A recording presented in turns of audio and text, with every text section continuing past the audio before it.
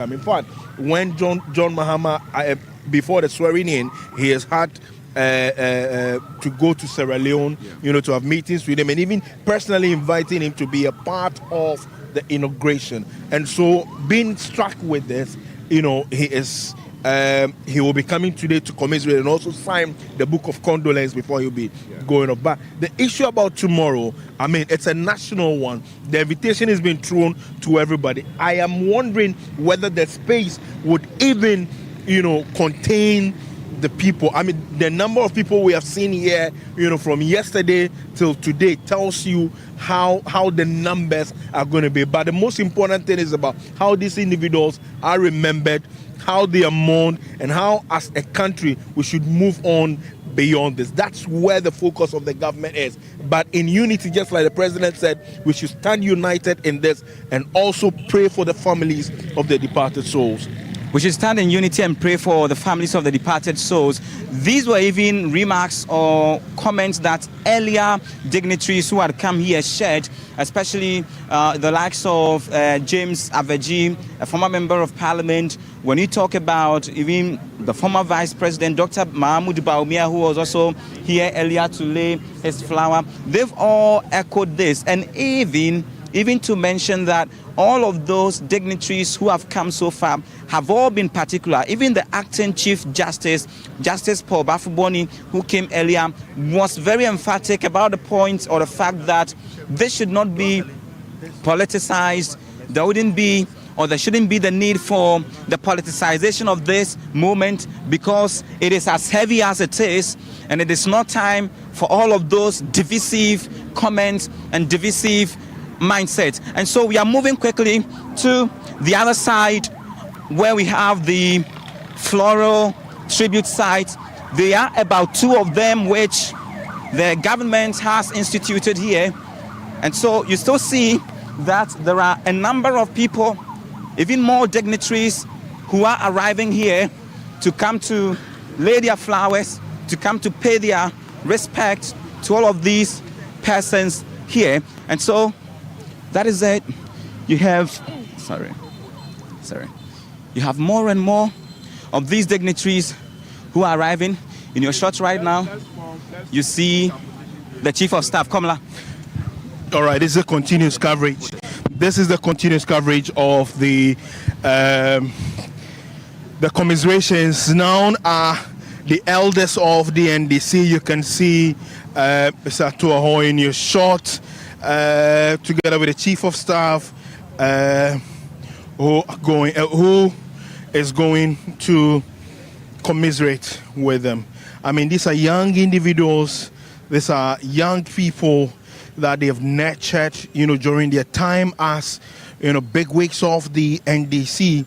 They nurtured very, very, very young people, including Dr. Omani Bama. I read a piece, very, very, very today that signified that Dr. Omani Bama originally at a point in time was NPP, but Professor Mills at some point got a Tuahoe to get him into the NDC. In fact, because he saw the potential in him. He saw the potential in him, and it's what has made him to get a Tuahoe, a very, very staunch founding member. Tuahoe, a very, very staunch founding member of the NDC in your shorts over there. And others, one by one, they are going to drop their flowers, commiserating with the departed soul. Also in your shot over there is the managing director of the Ghana Exim Bank, Sylvester Mensah. In your shot, I've seen some other big wigs of the NDC over there. A former MPA boss, Mr. Alex Mould. All of them, in your shots over there. Let me see if I can quickly grab some few words from Mr. Atosapon, Mr. Atoahoy, over here. Let's see. If I can just have a very quick word with sir. Many thanks for making it here to pay your commiserations. What can you make, or what would you say about Dr. Omani Bama? Oh, I said something today, this morning. That's all I can say, that he was a very good man. He was my personal doctor. He was my son. He was my friend, brother, everything. And it's unfortunate that he's had to leave us so soon to wherever he's going. But we will all be there one day. How did you get him to be a part of the NDC? By talking to him and convincing him. Telling him that it was a better party to be in than whichever party he was in already. What has Ghana lost in him and also the other comrades that belongs to the NDC? Lost good people who should have been around to see the success of the second NDC. All right, many times I'm going to have to leave you for you to get going. That's my name is Komla Kluche. I am the presidential correspondent for Media General. Okay. All right. Many thanks. That's Mr. Atoahoy, the in the short staunch and leading member of the NDC. Now, others continue to pay their tribute. If the cameraman can just stay a bit focused, and then we will have some better shots of them.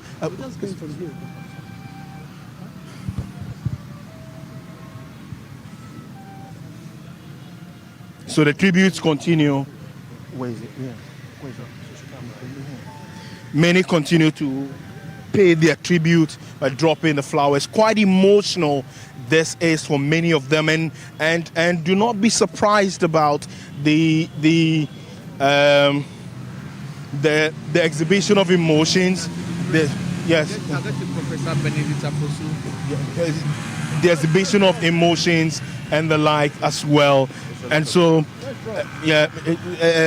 from most especially, young people. These young people have had, quite close relationship with them. We will keep picking some thoughts. Very, very few words. May I know your name? Yes, Professor Benedict Afosu Mensah. What was your relationship like with Omani Bama and the rest of the people? In fact, it's really a very sad moment for all of us. These are very brilliant, very intelligent men leading the fight against illegal mining. Dr. Omani Bama was a personal friend, a very fine gentleman. Dr. Mutala, very friendly, very nice gentleman. In fact, I know almost all of them. I serve on some committee with some of them. It's really so sad and so heartbreaking that we are here mourning these individuals. I would want to use this opportunity that we are losing too many lives as a result of illegal mining. And as a nation, we all know the devastating effect of illegal mining, apart from the fact that it's affecting climate change because we are now emitting more CO2.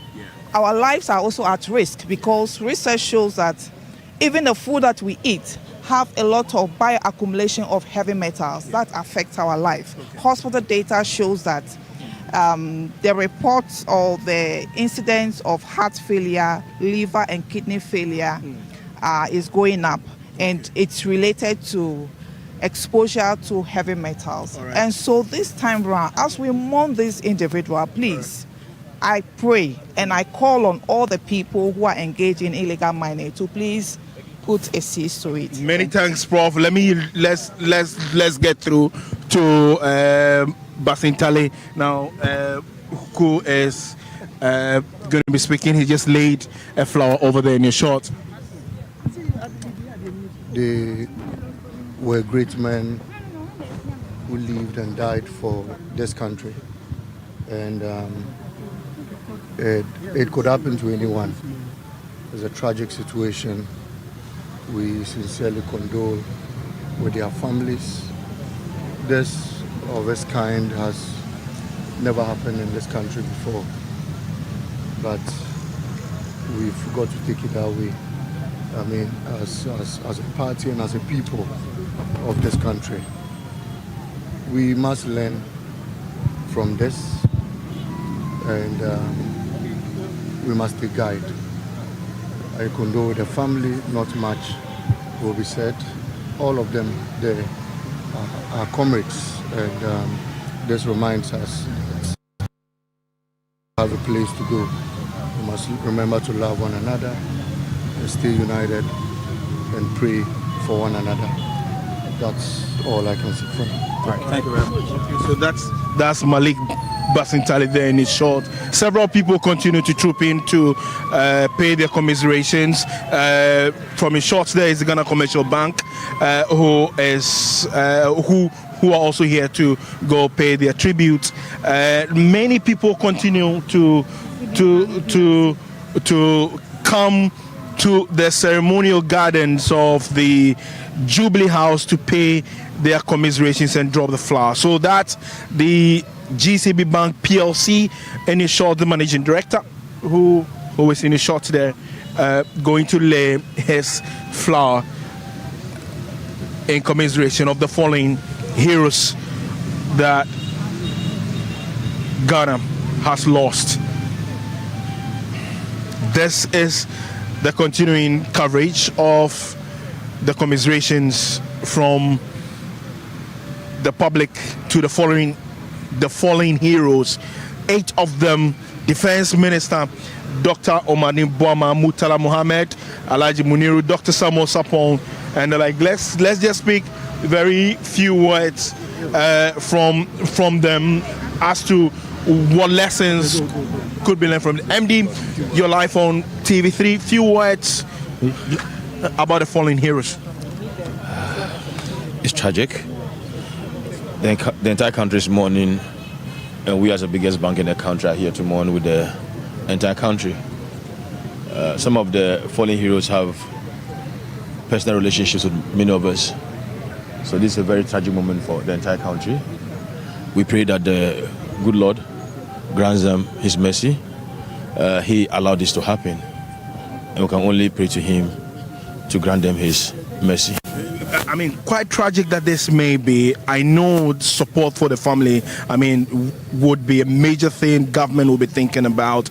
Is there anything that GCB PLC probably may be putting up in terms of a package for them? Leaving behind the families, even the flight attendant, most importantly. Is there anything that you would want to be putting together for the families? Let's allow government to come out with something. Once government comes out, we would join them. You talk about a personal. All right. Many thanks. So that's GCB PLC in your shorts. Ghana Gas is the next to come and lay their flowers and pay their commiserations to the fallen heroes. And so they're just waiting in line. Several people continue to flood here. Next, like I did say, is Ghana Gas. Dr. Edward Kofi Omani Bama, Dr. Murtala Mohammed, Alhaji Muniru, Dr. Sapon. Sure. So that's the Ghana Gas in your shot over there, paying their last respect to the 8 fallen heroes that Ghana tragically lost.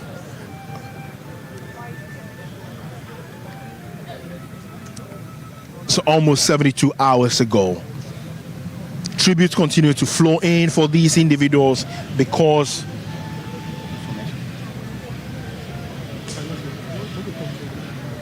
so let's see if we can just catch a glimpse of Ghana Gas to see what they equally have to say. Condolence to the fallen heroes. Yes, today is a very sad day. Wednesday was sad, yesterday was sad, today is sadder. On behalf of Ghana Gas, I wish to express our heartfelt condolences to the bereaved families, especially the widows and the children. We also express our deep condolence to His Excellency, the President of the Republic, and Her Excellency, Rodina Bama, because it's a big loss for the whole country, and they being the leaders. We express our condolences directly to them and to the good people of Ghana. We are very sad, but God will see us through. Thank you. All right, many thanks. That's Ghana Gas. See you over there. Next is the Ghana Boundary Commission. Ghana Boundary Commission. In your shot over there, you can understand also the link between Ghana Boundaries Commission and the Ministry of Defense, and also the Ministry of Environment, Science and I mean, it's a national security institution, and so you can understand why they are equally hit about this tragic death, and they are here equally paying their commiserations to them. So we would get the head of the Ghana Boundary Commission. Yes. Brigadier General Anthony Tem, Commissioner General for the Ghana Boundary Commission. We are here to join the nation in mourning our fallen heroes. In fact, they played their bit this afternoon. We want to commiserate with the family, extend our condolences to the entire nation and the families. We pray that this sort of tragedy should never befall the nation again. What do you think should be the mood like in the country, not just in terms of mourning? I mean, this is one thing that the president is called for, that we should be united in this. But beyond this and going forward, it should not just be about the funeral alone. Deaths continue to happen. However, this is more tragic than one expected. How should it be with respect to the entire country? Yeah, much as we are mourning, we should also remember to learn how to forgive and live at peace with each other, and then unite as a nation and forge forward. All right. What was the relationship like between the defense minister? I know you are with the Minister of Defense, though, even though you are really attached to the Ghana Boundary Commission. What was the persona of Dr. Omani Bama like within the defense setup? The defense, in fact, we work hand in hand. I've been seconded for the military under the Ministry of Defense. We work hand in hand. When we are going on our duties outside, particularly at the boundaries, we solicit help from the Defense Ministry, where soldiers are attached to us for security, and then all other needs in the various regions, we get it from the Ministry of Defense. All right. Many thanks, the Commissioner General for the Ghana Boundary Commission over there in the shore. Several people continue to pay their commiserations. Like I did announce early on, the chairman of ECOWAS would be coming, who also doubles as the president of Sierra Leone, Madibio, would be coming, a very close friend of John Mahama. His Excellency, the President of the Republic and Commander-in-Chief of the Ghana Armed Forces, would be coming somewhere around 4 p.m. To pay his commiserations and also sign a book of condolence on behalf of the ECOWAS community to the people of Ghana, and also express their willingness to support in diverse ways because of the tragedy that has befallen the nation. I mean, we've been doing the coverage since the news broke, and we'll continue to be doing this. Tomorrow is a big day.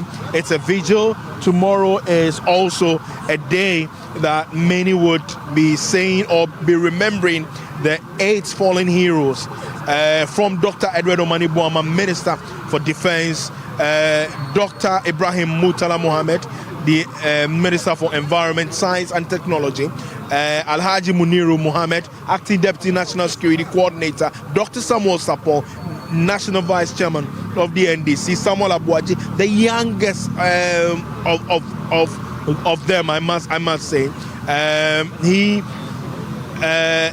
He and then also Squadron Leader Peter Bafemi Anala and Flying Officer Manichum Ampedu and the other sergeant, the families of this Ampedu, the families together with the general public will be coming to the forecourt of the State House where the vigil will be held. In attendance, likely to be the President of the Republic. So let me just have a recap with my colleague Christian Yali, who has been here since morning. I mean, it's more of a shift to be running, but notable among the key people who have been here that came to pay their commiserations. Who do you recall? I mean, for today? For today, I know that earlier in the day, the Chief Justice was around, Justice Paul Bafuboni. He came alongside a number of the justices of the Supreme Court who were all in solemn mood, and these 8 gallant men that we've been talking about. Kamala, he said something that was very profound, and just to put it right on its head, he mentions, for instance, that this is a moment of national unity. And as it were, and as people say over the time, that death is the only singular thing that unites people and bring people together. And so he mentions that and makes a point that as we are grieving and mourning together with the family, he rallies all the politicians, all Ghanaians, that it is a moment that we all need to come together, devoid of divisive language, devoid of partisan politics, devoid of all of those that would take away the magnitude and the magnanimity of what it is that we are dealing with right now. And then you even have the likes of James Saveji, the former chair of the Public Accounts Committee, a former member of Parliament who is currently the Acting Director General of the Securities and Exchange Commission, who came here. In fact, as of the time we got here, he was the first person to have come here to lay his flower. He spoke to me and mentions, for instance, that he has a special relationship with most of them, and especially when you talk about the kind of work he did. And Kamala, you know that he had earlier served on as the chair of the Finance Committee as well. And so he mentions how he, especially with Murtala Mohammed, doctor, liaised and worked together, and at a point in time in Parliament, how they all caucused together to work and then to deal with the issues thereof. And then a number of people like Mensa Thompson, who is the acting deputy director at SEC. Not to cut you, but I mean, I covered Parliament for some time, and when I started covering Parliament, one of the first things that I did was covering the Public Accounts Committee. I know how meticulous Murtala Mohammed is. In fact, I mean, when you get an Auditor General's report and you are just any journalist not critical of the main issues in there, Murtala is one person who would identify where the key areas are, what should be the headlines, and will draw your attention. Sometimes, to some extent, he would even want to get you to focus on the questions you ask, probing as it may be. But we'll come to that. Let's listen to one person who came to pay her commiserations. Strategy, because they were going to do a good work for the environment, for the good people of Ghana and the world. Because whatever you do in the world space, it has impacts on others' life.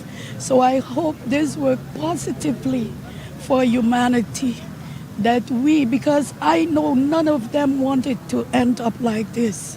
They wanted to do that job and to fulfill their duty for their beloved country and the world we are living in. So my deepest condolences on behalf of my president, Madame Jennifer Geerling-Simons, and my Minister of Foreign Affairs, Mr. Melvin Bouva, and the people of Suriname, because we deal with Galamsey as well in tribal communities. If you go to that, the same solution that Ghana wants, it's what we want in our country too. So we feel with you, and I'm very emotional at this moment, so please permit me to stop, and I'm sorry. Thank you very much. All right. Many thanks. That's the ambassador of Suriname to Ghana. We many people, like I did say, continue to troop in to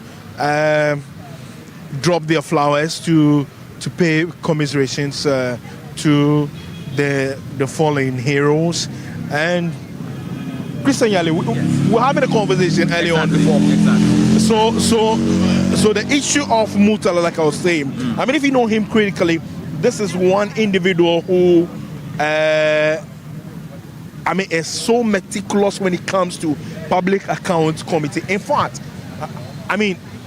there were even times before they do sit-ins, he will hint you a day before or a night before that this is the area your focus should be. And it's one person who was vociferously spoken about the amount of money that is lost through the records of the Public Accounts Committee. Reckless spending. And he put it quite bluntly. Most often he says that this is pure thievery and that they need to be firm and stern when it comes to dealing with the issues of money and the rest. Yes, absolutely. The Public Accounts Committee. Surcharging for him was one of the things that should be. Exactly. And when you listen to most of his colleagues, yesterday I was at his residence. A number of the MPs were there. Just somewhere last week before Parliament would go on recess, he had contributed to...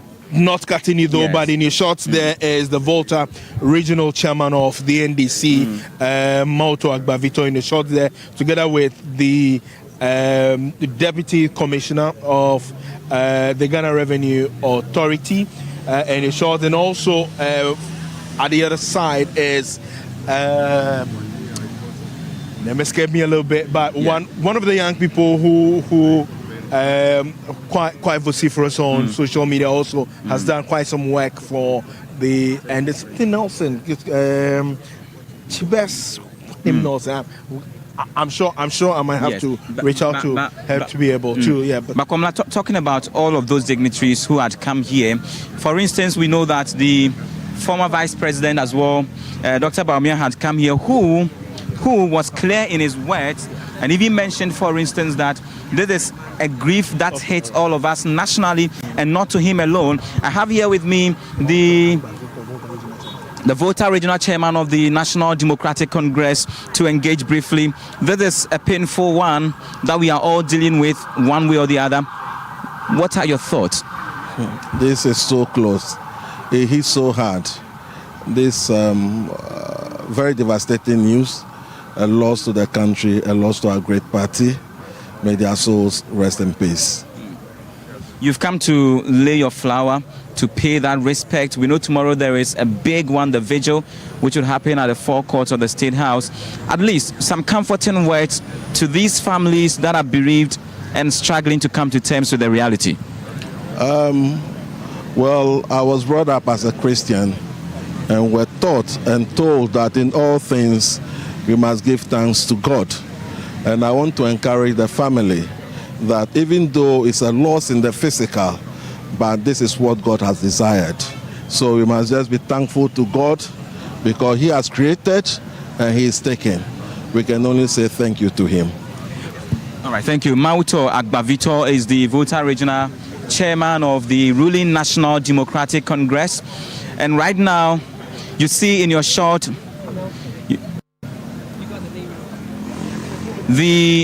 one of the presidential... Okay, sorry, let me take over from you. So that's from Nanaya Achempem Jantwa, together with the legal counsel to His Excellency the President. In his short there, they just paid their commiserations, who have very few words with him. I know how the legal counsel to the President is very close to almost all of them. We're not going to take anybody out. But first off, let me start from you. How touching, okay, you would want it to speak on your behalf. That's right.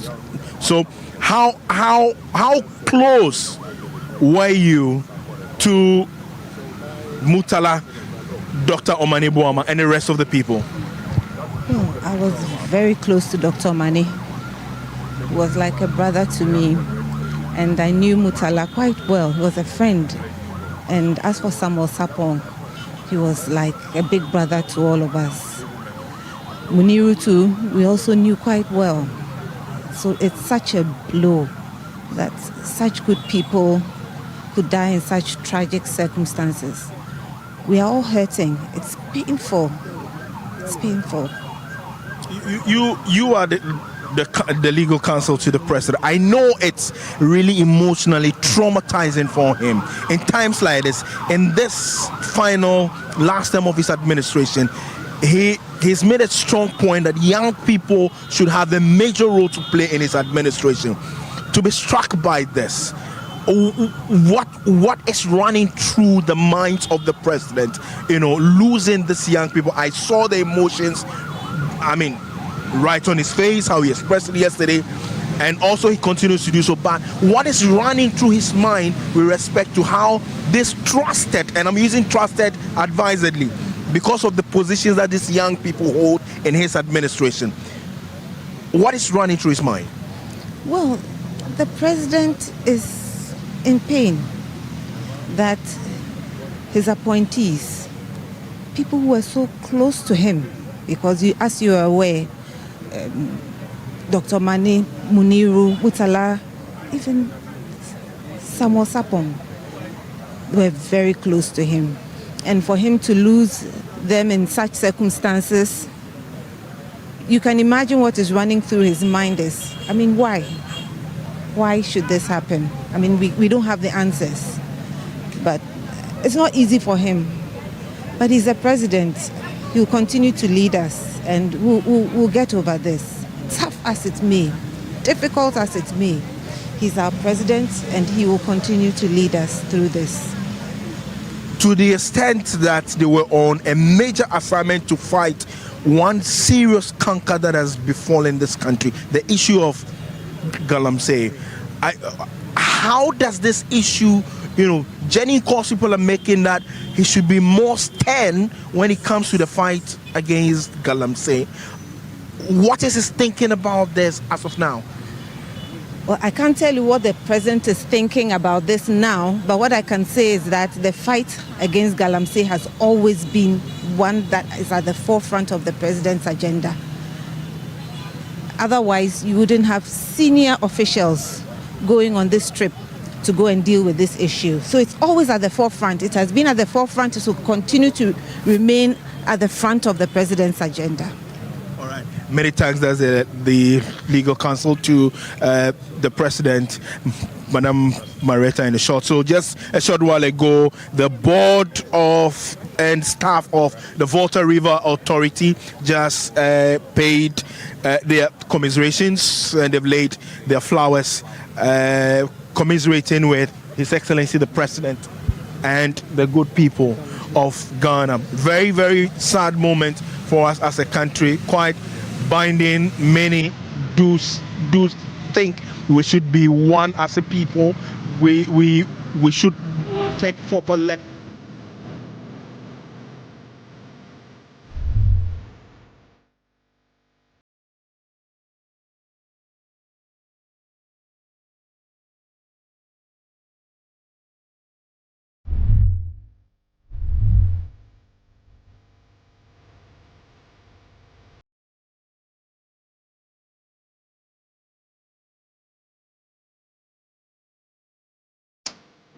Right, and you're still live here on TV3 as we continue the 3 days of national mourning. We've been at the Jubilee Gardens where over the last few hours dignitaries in their numbers have come to pay respect to the 8 gallant men who unfortunately passed on Wednesday. We've been hearing from a host of different individuals, and in some of the instances, some of the pictures, Kamini, that we've been seeing, it's been utterly heartbreaking. If I think shortly we will see some of them again. Indeed, some of the individuals who came through, and the sort of difficulty some have had to go through even in trying to pay their respect to these aid. It's been a difficult sight for me personally. I have to be honest. Absolutely, and I just want to say so our viewers know that we have, over here have taken it upon ourselves to remain ethical and professional, even as we cover these very difficult moment, right? And that is why we haven't shown some of the very broken and vulnerable moments of our leaders and our dignitaries who are paying their last respects to the fallen heroes, as we call them now. But of course, we have seen how that moment has impacted them from yesterday. We saw the president's mood. We saw Julius Deborah, the chief of staff, break down as well. The president actually did as well. Absolutely. At some point. Absolutely. He did. Absolutely. And what you see on your screen now is when the police service also went there to pay respects to these men. Right there in the center of that, procession, so to speak, is the IGP Christian Tete Yohono. And when I remember that he also escorted the remains of these men when it took off. When it did arrive. Absolutely. When it arrived, and then when it took off to South Africa for the forensic analysis, as we speak about moments of vulnerability that our leaders have shown, they've also shown us that they are very human by so doing. But in the last few hours, we've seen the First Lady as well, Ladina Mahama, during her rather emotional moment when she went there to pay respects. Remember that if the president is close to these men, then so is she. So is she. Well. And what you see on your screen now is some of those moments that we captured today of Ladina Mahama. Yeah, and she was accompanied by her children. I see Sharaf and some of the others. And I mean, typically, she was absolutely broken. From what some of the things we understand, she was quite close to Dr. Edward Omani Bama, and you can understand the close affinity the president and Dr. Omani Bama shared. It only meant that she, as well, would have been a conveyor of such affinity as well in all of this. Dr. Edward Omani Bama, I beg your pardon, was a key strategist, in fact. Absolutely. For many people who have spoken about the effectiveness of the NDC and its return, the return of President John Mahama to the seat of government today, they credit a huge chunk of that to Dr. Edward Omani Bama, who would have gone through all of these processes with the president in mind. And so for the family, the Mahama family, this is a very difficult time. Absolutely. And when we heard the president speak yesterday, I mean, someone drew my attention to the manner in which, because we're quite used to edits and what have you, and was raising the concern that the edits, there were some sharp cuts and all of that. And all I could say was, I'll take it, because when you look at the countenance of the individual and the effort he had to even take him to address us as a nation, it must have taken a huge chunk from him yesterday, having to have gone through it. And so seeing his wife as well in almost shattered, to be quite honest, it's not surprising, but it's heartbreaking. Absolutely. We have to be honest. And you can tell that heartbreak from her interaction with her children and the chief of staff. Occasionally she buries her face in her children, and they give her a hug here and there. Yeah. Obviously, that is her support system at this time as she mourns the loss of these men. She's probably played host to so many times. Again. So many times she's played host to. Never to see them again. Never to see the broad smile with which they walk into your home, calling you out, possibly sometimes you giving them a hug, wanting to give them a hot meal, a hot drink to welcome them, sit, have conversations, ask about their children. I mean, she's their mother. Absolutely. She's their mother. And in our traditional cultural setting, it's always seen as very dark if a mother has got to bury their child and she continues to be their mother and she's lost precious children to her. And I mean, it's so heartbreaking, so difficult. You can't even begin to imagine the sort of pain, anguish they're going through at this particular point in time. It's absolutely very difficult. And I respect them for sharing their vulnerable moments with the entire nation. Yeah. You know, as leaders, culturally speaking, you don't see leaders go through this moment because that is the cultural training that you have. We're told you don't have to show vulnerability amongst many other things. This is the most beautiful I have seen, and it's a difficult moment, but I appreciate and respect that they share that vulnerability with the rest of the nation, with the rest of the nation that is also mourning the loss the loss of these men, and I respect that. Absolutely. You can't do anything but respect it. I'll be very honest. You can't do anything but just respect the fact that beyond all of this, they show that they are human. They're human. And what I believe they've been able to show us is that they loved them. Absolutely. They loved these individuals Indeed. who they spent hours, days with. And it can only be the sign of love, really, and the biggest part of their hearts going through so much anguish and pain, forcing them to try to hold themselves to the best of their ability and still not being able to. I think readily off the top of my head as well, I recall Dr. Dominic Ayeni trying to hold back and saying that in his culture it is said that men don't show signs of weakness, but Absolutely. It is just too much. You know, I just want to bring our attention back to the screen that earlier we saw the YEA CEO, Malik Bazintale. Malik Bazintale as well. And there he is again in the shot there, also paying his respects to people he would have worked very closely with. Now remember that Dr. Edward Omani Bama was director of IT and elections for the party. And you said earlier how much of a strategist he is, which is true.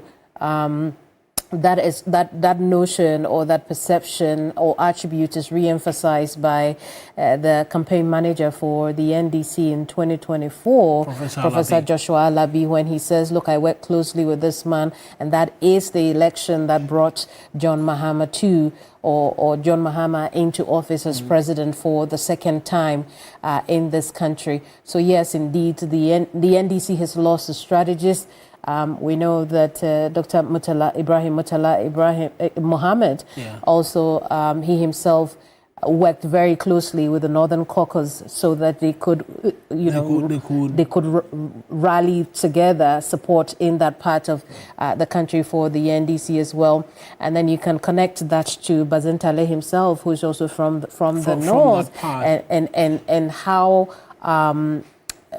effective he was over there as well in rallying the people of the north. So you can understand how brokenhearted he too will be at a time like this.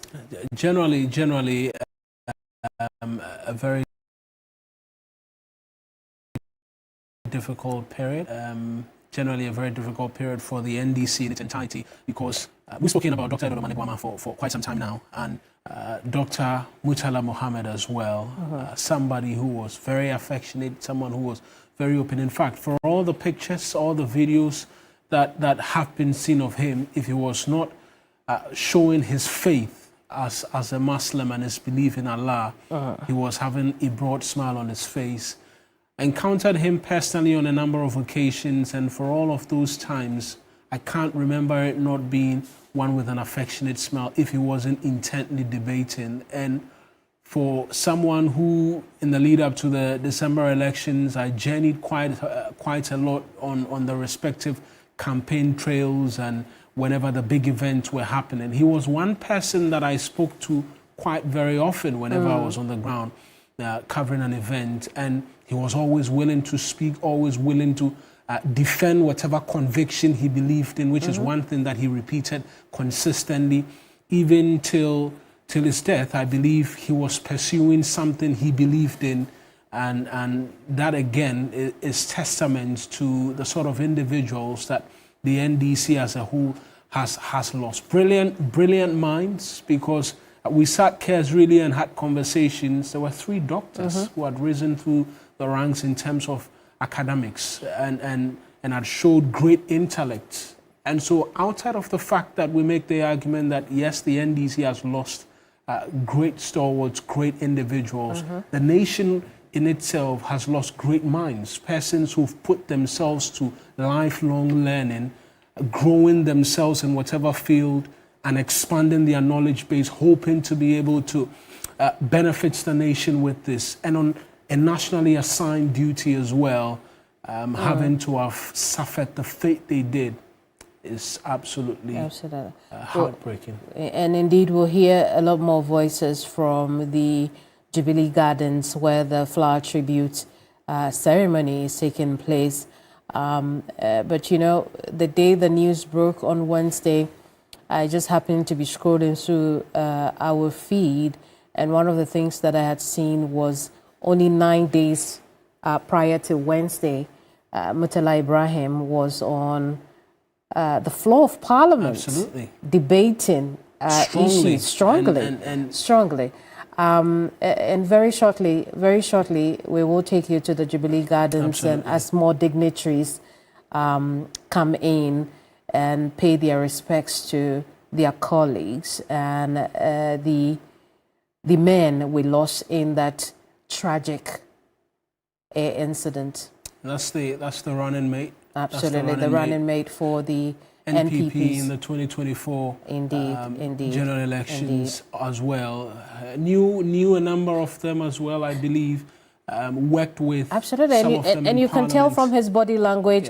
You know, when you get there in front of that banner that has all 8 men there, it then hits you hard. That you know they are indeed gone, and so I see him there and I interpret his body language as he's soaking in. He's coming to terms. He's seeing the reality that indeed his colleagues, his comrades are gone, and gone forever. I mean, I have been here, haven't been able to muster the strength whatsoever to walk by there, because to be very honest, it's not so far away from us where all of this is happening at. But from here, having stood, watched, and having been watching all of the videos, I've got teary myself, because when you walk there and it dawns on you the realization that these 8 individuals are never again to be seen, never again to be heard of, heard from, never again to share a moment with. And these are persons that you know personally. I mean, there are some of them who left, 2-month-old babies, left wife they married barely a month ago. And you come to that realization when you get close to that beautifully arranged area with the flowers and all, then it really hits you that you don't even have remains properly so-called to in our culture, in our culture, and how we love to give our last respect, and we hold those precious moments in such high esteem. It's a very difficult moment for anybody who and for a lot of people who didn't even share some of the close affinity that some of us may have shared, because we would have interviewed, and I've interviewed all of these individuals, particularly the ministers. I've interviewed all of them in respective capacities in the past. Some people do not share in any way any of these closeness to any of them. And I've been reading on social media how persons have struggled to sleep. I've been weeping. And so for persons who know them, when they get close, that realization sometimes is far too difficult. And you can't help but sharing in their moment of grief and anguish and struggle, coming to terms with what the entire nation is still struggling to properly really grasp what happened on that fateful day of a Wednesday. Indeed, and we see him take that bouquet.